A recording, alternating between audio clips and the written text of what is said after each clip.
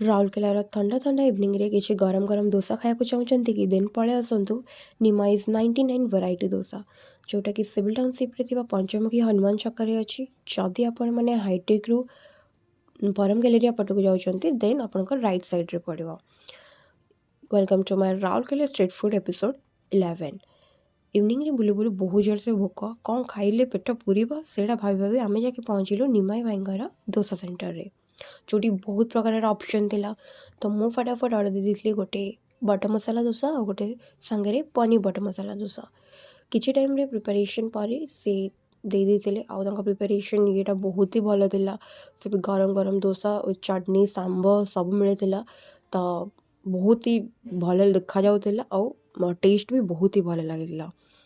ସେଇଟା ଖାଇସାରିଲା ପରେ ଦେନ୍ ଆଉ ଗୋଟେ ନ୍ୟୁ ଜିନିଷ ଦେଖିଲି, ଯେଉଁଟାକି ରାଉରକେଲାରେ ତ ବହୁତ କମ୍ କହିଲେ ମୁଁ କେଉଁଠି ବି ଦେଖିନଥିଲି।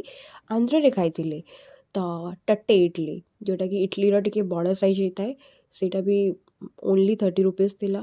ତ ମୁଁ ଫଟାଫଟ ଗୋଟେ ପ୍ଲେଟ୍ ଅର୍ଡ଼ର କରିଦେଇଥିଲି ଆଉ ତା'ର ବି ଟେଷ୍ଟ ବହୁତ ଭଲ ଥିଲା। ଯେମିତିକି ସାଉଥ୍ ସାଇଡ଼୍ରେ ସଫ୍ଟ ଥାଏ ଇଟଲି, ଏଠି ବି ସେମିତି ବହୁତ ସଫ୍ଟ ଥିଲା। ତ ଆପଣମାନେ ନିହାତି ଥରେ ଏଠି ଆସି ଥରେ ଟ୍ରାଏ କରନ୍ତୁ, ଆଉ ୱାର୍ଥ ଇଟ୍ ରହିବ ପ୍ରାଇସ୍ ହିସାବରେ, ସବୁକିଛି ଏହାର ତ ଗ୍ୟାରେଣ୍ଟି ଅଛି।